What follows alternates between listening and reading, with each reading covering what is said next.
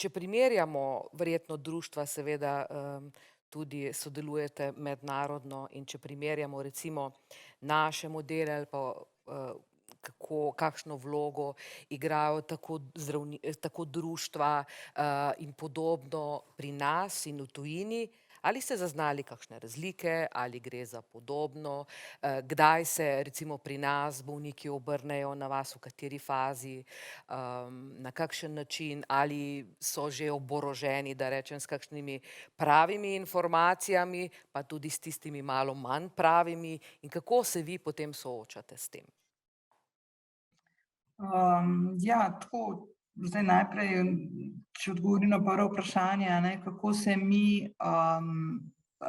bi rekla, ko se primerjamo z mednarodno, a ne, lahko rečem, da so naše organizacije bolnikov, sploh lahko govorim za nas na področju raka, a ne, ki se ukvarjamo z bolniki na področju raka, da imamo zelo inovativne programe, inovativne pristope, tako da v bistvu nas vabijo, da tudi mi naše dobre prakse predstavljamo tudi društvom iz držav Zahodne Evrope, a ne. Tako da jaz mislim, da smo kar na tem področju zelo uspešni, zelo prodorni in nekako najdemo pot do bolnikov. Na tisto drugo vprašanje, a ne, kdaj pa bolniki iščejo našo pomoč, kdaj se obračajo na nas. Zdaj, največ se jih oglas v času diagnostike ali pa ob začetku zdravljenja, ne, takrat je pač največ te stiske, negotovosti, šoka. Vsi vemo, tudi strokovnjaki s področja psihologije to poudarjajo, da pač takrat, ko je človek v fazi diagnostike, ko se sooča s svojo diagnozo, verjetno tudi slabo ali pa presliši veliko informacij, a ne, tudi če mu jih zdravnik pove, jih on ne sliši, misli, da jih nima. In potem pač zato tudi pridejo nekako do nas, ali bolniki ali pa tudi njihovi svojci, a ne. Največ je vprašanj, kaj sledi, kakšno bolezen ima, kar velikokrat, no, tudi opazimo, da velikokrat bolniki tudi ne vedo, kateri tip limfoma ali pa levkemije imajo, a ne, tako so v tistem nekem čustvenem stresu, a ne, da niti ne vejo, kaj se dogaja, a ne. Potem precej se jih obrne tudi potem v času samega postopka zdravljenja, takrat imajo tudi kar precej enih vprašanj, tako takrat že iščejo soborce ali pa bolnike, ki so takšno pot že dajali skozi, a ne, da bi se z njimi posvetovali, da bi dobili čim več informacij. Nekaj se nam oglasi tudi ob zaključku zdravljenja, takrat imajo največ težav, kako se bojo vrnili nazaj v življenje, nazaj v službo, rabijo kakšne nasvete, izkušnje. Potem pa veliko, tista največja skupina pa je bolnikov, ki živijo s kronično boleznijo, te pa so v bistvu naši stalni uporabniki naših programov, tako da z njimi pa ostajamo dolga leta na vezi, tako da oni pa skozi rabijo podporo, pomoč, da pač lažje nosijo to breme bolezni, zdravljenja ali pa samo življenja z boleznijo, a ne. Tako da zelo različni, v različnih fazah pristopajo do nas. Zdaj, ena zelo pomembna skupina so pa tudi svojci, ki jih ne smemo zanemariti, a ne, v teh naših diskusijah. Zelo veliko svojcev se tudi obrača, a ne, sploh tisti, ki so v neki akutni fazi bolezni, v akutnem zdravljenju, sami ne morejo iskati informacij, ker so pač švoh in recimo v bolnišnici, a ne, takrat se tudi svojci veliko obračajo na nas. Največkrat je pa to dejansko zaradi nekih pomanjkanja informacij o samem postopku zdravljenja, kaj prinaša zdravljenje, kam se obrniti, a ne. Ampak tako kot pravim, naši zdravniki, sploh lahko govorim za naše področje, tako kot je že profesor Zver rekel, se res zelo trudijo s tem informiranjem. In tudi mi kot združenje se zelo trudimo, da pripravljamo in ponujamo kakovostne informacije in da jih tudi ažuriramo na spletu, a ne, na naših spletnih straneh, ker zelo pomembno je, da tisti, ki išče informacije, da dobi te dobre, relevantne in tisti trenutek aktualne. Tukaj bi res poudarila, ne, tako kot je profesor rekel, skupnimi močmi smo pripravili že ogromno in tiskanega gradiva, teh publikacij, in pa seveda tudi internetnega gradiva. Nam pomagajo zdravniki. Vedno gledamo, da so te informacije strokovne, da jih pregleda strokovnjak. Zato, ker tako kot ne vem, kdo je že omenil, ali ste mogoče vi, da se znajde bolnik v neki džungli internetnih informacij, zakaj je pomemben? Pomemben je, da dobi kakovostne, pa tisti trenutek aktualne. Informacij na spletu je pa ogromno, tudi zastarelih in tako da to se mi zdi pomembno. Morda še izkušnje z gospo Glas, nekaj besed o tem v okviru društva. Torej, kakšne so vaše izkušnje? Situacija je zelo podobna, kot je opisala tudi že Kristina. Morda pri nas še malo bolj specifična, kajti naši bolniki so starejši bolniki, zbolevajo tam v starosti, bom rekla, nekako vsaj po statističnih podatkih od 70 let pa naprej, čeprav zbolevajo tudi mlajši.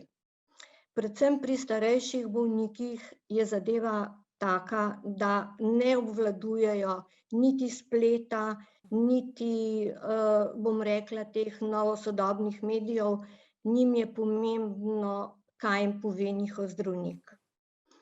In zlasti v sedanjem času je zadeva taka, glede na slabšo dostopnost do primarnega zdravstva, so malo zbegani.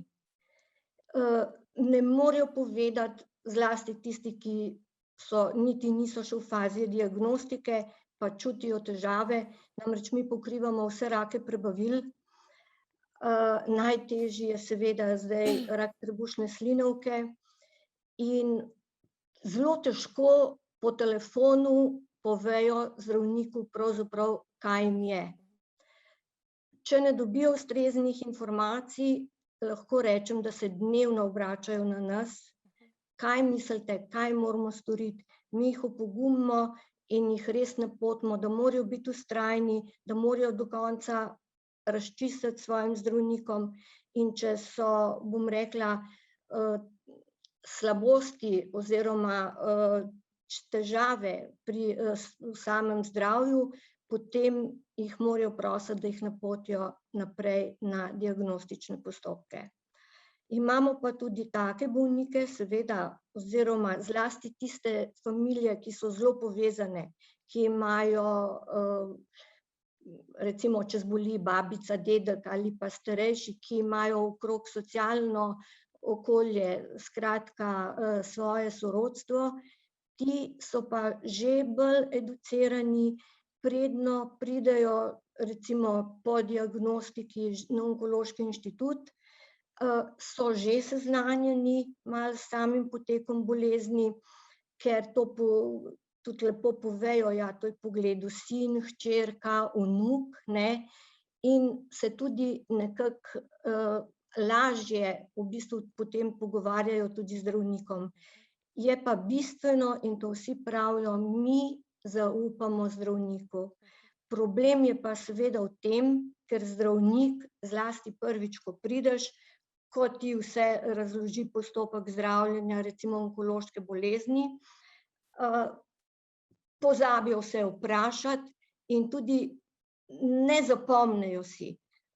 Po, bom rekla, stroki je dokazano, da praktično na prvem pregledu si bolniki zelo malo zapomnijo.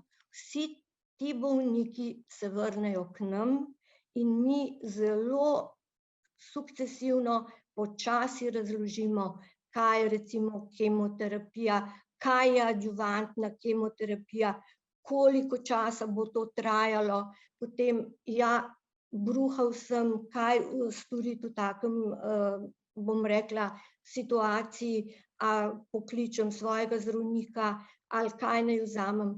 Tako da zdaj v tem času covida imamo dejansko dnevno zelo veliko informacij po telefonu, tako da bodisi svojci, bodisi tudi bolniki preverijo, ali delajo prav, ali so razumeli svojega zdravnika, ali ga niso. Ravno včeraj sem se pogovarjala, ker ti pogovori so v bistvu kar dolgi, ko me je bolnica vprašala, ja, a veste, prišlo je do recidiva.